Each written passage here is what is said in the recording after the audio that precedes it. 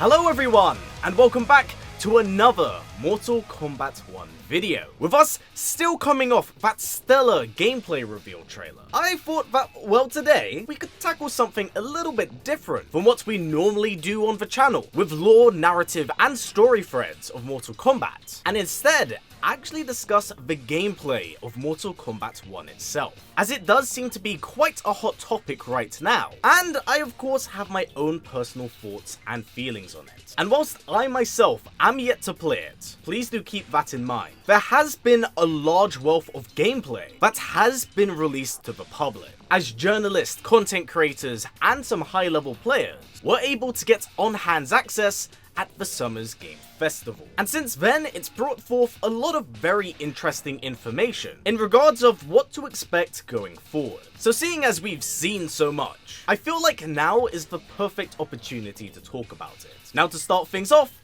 let's talk base roster. 24 characters. I can't lie, I definitely was expecting a little bit of a bigger roster, considering the amount of dev time put into this game, but we must take into account the additional 16 cameo characters. So it kind of makes sense. And altogether, that's like 40 character models, which is still a pretty big valiant effort for a modern day fighting game on release. I'd say 24 is a pretty healthy amount of characters, and for me personally, I'd rather take quality over quantity when it comes to the amount of variety that's brought to the table. And as of right now, I am quite pleased with the roster we do have. It's pretty safe, mind you, but these are all really good solid picks here. So as launch rosters go, I'd say it's not bad. If anything, I'd say that 18 is the bare minimum when it does come to modern day fighting game rosters. So 24 here, pretty good. Let's move on to the talk of the town, the thing that everyone's chiming in about, and really the main gimmick of Mortal Kombat 1, the Kameo system. And really there's a lot I want to say about this, as it's very clear that a lot of time has gone into this. So right out the gate, am I happy with it being an assist fighter? Yes, I'm actually very interested to see what it does to the formula, as it is something new and clearly something very, very creative. However, it simply can't be denied that there is a form of intrigue with what could have been done here if it was a fully fledged 2v2 fighter. Would I have wanted that myself? I don't really know. It's definitely one of those things I'd need to see for myself before I have like a real opinion of it. But honestly, the 1v1 assist stuff are all things I'm perfectly fine with, as my biggest worry about this game was how many ideas and mechanics from 11 was essentially going to translate into this game. Because as many of you do know, I wasn't the biggest fan of Mortal Kombat 11. And the reason why I was worried was because of how many ideas X took from 9 and then elevated it to the next level. But fortunately, that doesn't seem to be the case here. With that said, do I like how it functions? Or do I think it's super gimmicky? Well, I'm kind of in both camps for this one, because there's definitely a part of my brain that goes, ooh, more combo potential. But then again, it goes back to me maybe having wanted a fully fledged tag mode. Currently, I'm flip-flopping between what I think we could have got versus what we do have. And that's not to say I don't like what we do have, because I most certainly do. I generally think that we can only have a stronger opinion if we do actually play the game ourselves. Because even with as much information there is out there right now, it's kind of impossible to know how in-depth the cameo system really is to the game. So with that said, what are my thoughts on cameos replacing variations?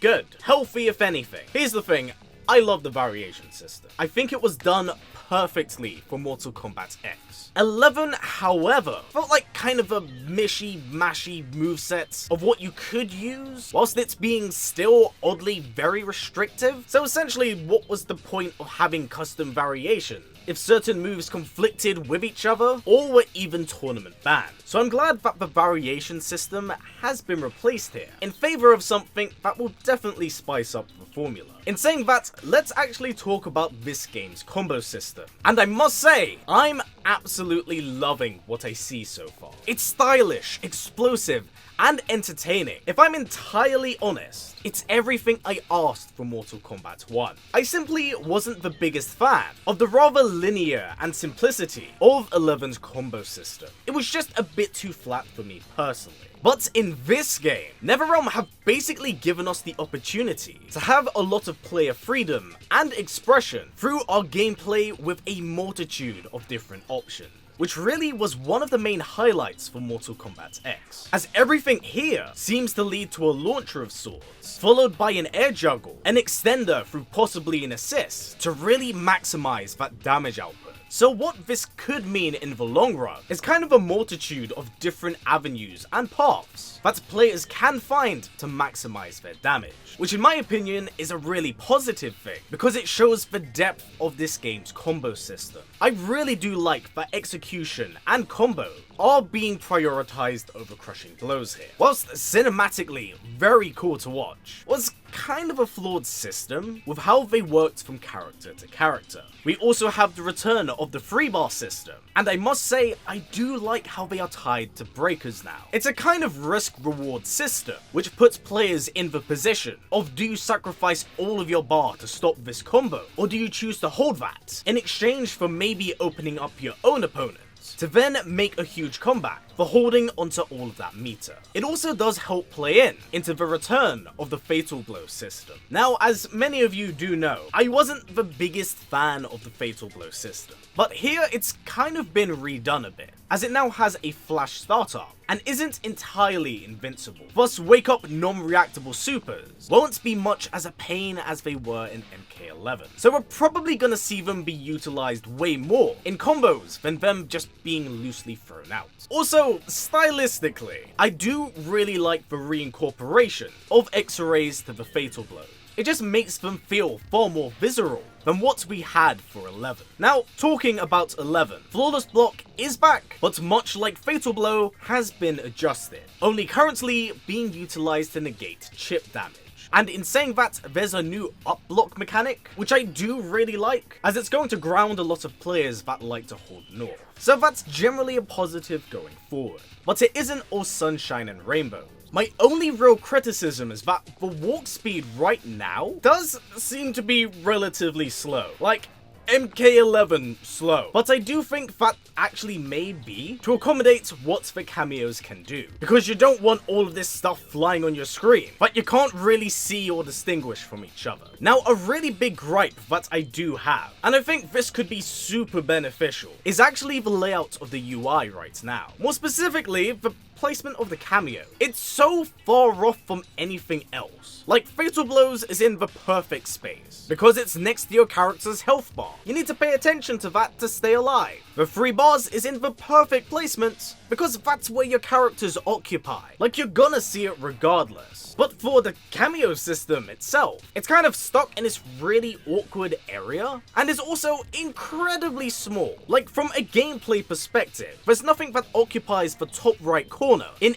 any NetherRealm game. Thus, I think it'd be far more beneficial if it was moved somewhere else. Like maybe under the Fatal Blow system, or possibly to the bottom corner of each character's meter. It's a nitpick for sure, but I definitely think it's one that's far more beneficial here. So I hope I've made sense with that general quality of life change, because the reason for it being so far up in that corner, it just doesn't really make much sense to me here. Now, with that said, I do want to tackle some criticism I have seen online. Some of it extremely valid, and some that's just complete incompetence. The first one here is 1v1, which I do think is an extremely valid argument, as not everyone wants to deal with a tag fighter, thus I can actually see where they're coming from here. To me myself, I could go either way on this fence, because I really love the 1v1 aspect of this game, but do I think the cameo system is entirely necessary? I'm generally give or take on this. But I'm also gonna frame it like this: if you're not the biggest fan of the cameo system, when you're playing in-game,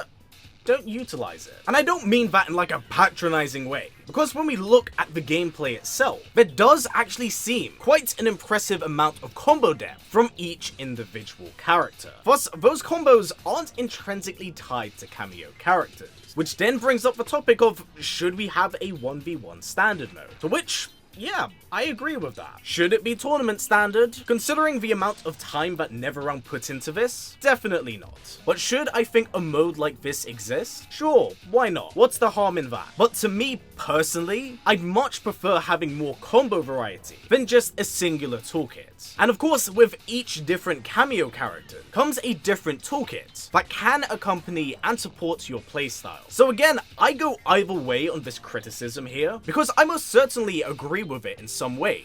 But then we go back to the caveman part of my brain, which just like more combos, more flashy stuff. So again, I think that is a fair criticism here. So I don't think a 1v1 mode is necessarily a bad idea. But in saying that, I like the experimental elements that the Kameo system is bringing. To some, they are looking at it as a 2v2 fighter, which is literally half right, but how I'm kind of framing it is that it's basically a 1v1 fighter with extra steps. There's a bit more micromanaging and execution, mind you, but I think that's the beauty of the experimental nature of this game's combo system. It's the versatility of it that really intrigues me. With that said, we now get to a part of the video which I'm kind of dreading talking about, and that's generally been the fear-mongering that has been coming from the Kameo system, with many comparing it to that of Injustice 2, which you just couldn't be more wrong about. I get it, the Pew Pew characters has invoked a form of PTSD that some of us haven't recovered from, but not only do I find this to be an unfair comparison, but not even really a comparison at all. Injustice is a 3-button fighter. It utilizes back to block, has obnoxiously large stages, a 4-bar meter system, a push block system, a clash wager system, and everyone kind of has a gimmick button. Just because it's made by NetherRealm Studios doesn't mean that that game and this game are the same. It's a very silly comparison. As for zoning and projectile spam, okay, yeah, that is a fair argument in itself. That is, until you realize that you can do that with your own Kameos, or even use them to tank a hit, so you yourself can take advantage of the projectile wall, or even so, make your way in. It seems like there's now different avenues to work around the projectile keep-out game. And I know some are worrying about Kameos only being relegated to just throwing out projectile, but don't forget, those things have cooldowns. There's now really other options outside of sit here and hold that. I do think that a lot of this has been an overreaction. With that said,